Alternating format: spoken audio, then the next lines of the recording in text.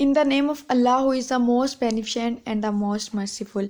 Assalamu alaikum everyone, myself Ira Arshad, and today we will discuss about plant hormone gibberellin. Introduction of gibberellin. First of all, we will discuss about introduction of gibberellin, origin and history. Gibberellin, with originally identified by Japanese scientist Kurosawa, studying a fungal rice disease, Beckman disease or folly seedling disease in the 1930s.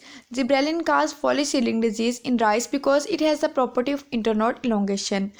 Yabuta and Smoky isolated and named gibberellin in 1935 from fungal strain Gibberellin frugicori, Fusarium frugicori. Currently, about 136 gibberellins has been identified from plants and fungus.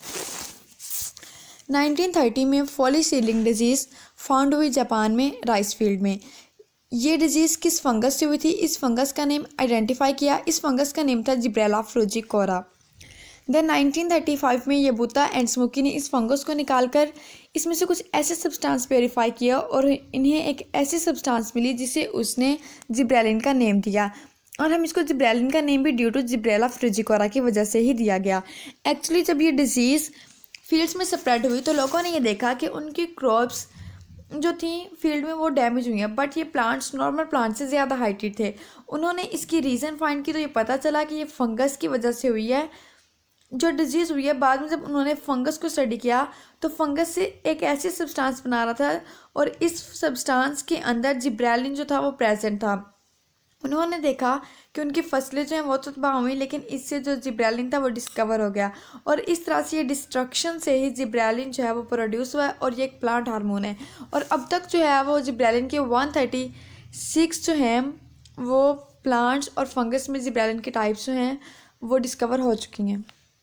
Next step है functions of gibberellin. Promote cell elongation in the presence of auxin. Auxin में growth हमेशा tip से होती है। ये सब मिलकर cell division करवाते हैं जिससे प्लांट अच्छे से ग्रो करता है। अगर कोई प्लांट ये हार्मोन पैदा ना करे तो हम उस पर आर्टिफिशियल स्प्रे कर देंगे इस हार्मोन की, तो प्लांट जो है वो उसकी ग्रोथ अच्छी हो जाएगी। इसलिए जो जिब्रेलिन है ये प्रमोट करता है सेल इलोंगेशन को। स्टेप है promote cell division in apical meristem and cambium. Shoot के सबसे ऊपर वाला जो हिस्सा होता है उसे एपिकल मेरिस्टेम कहते हैं, ठीक है। जैसे ये प्लांट है, इसके प्लांट की जो टिप है ना, ये वाला सबसे ऊपर वाला हिस्सा, इस पॉइंट को हम बोलते हैं कि ये इसकी एपिकल मेरिस्टेम है। तो इसमें जो है ये सेल डिवीजन उसको प्रमोट करता है। एंड नेक्स्ट स्टेप है प्रमोट ब्लोटिंग। प्रमोट ब्लोटिंग का मतलब है इलोंगेशन ऑफ स्टेम। ये जो स्टेम है इसको इलोंगेट करने में क्या करता है, हेल्प करता है, उसे हम बोलते हैं ब्लोटिंग, ठीक है। यानी कि उसकी जो स्टेम की इलोंगेशन है वो इंक्रीज हो जाएगी, यानी कि स्टेम इलोंगेट हो जाएगी। उसके बाद है promote bud initiation in shoot of chrysanthemum callus, ठीक है। जो बड इनिशिएशन है वो शूट के अंदर उसको क्या करता है, प्रमोट करता है। लाइक ये एक प्लांट है और इस प्लांट के यहाँ पे जो बनती है, यहाँ पे अगर बड जो है वो प्रोड्यूस हो जाती है तो इसे हम बोलते हैं कि ये बड को क्या करता है, इनिशिएट करता है, जिससे न्यू प्लांट जो है वो सिंथेसाइज होगा।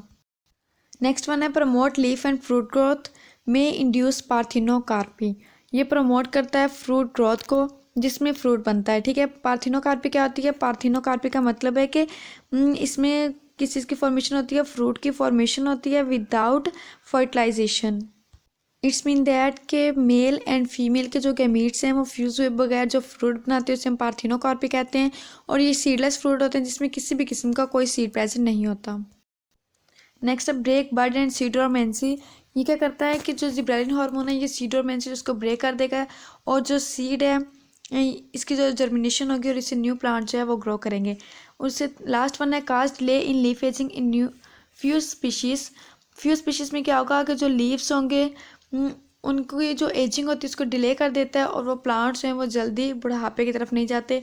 ये थे हमारे पास फंक्शंस ऑफ जिब्रेलिन। इसमें अगर आपका किसी भी किस्म का कोई क्वेश्चन हो तो आप कमेंट बॉक्स में पूछ सकते हैं। So stay connected. Thank you and अल्लाह हाफिज़।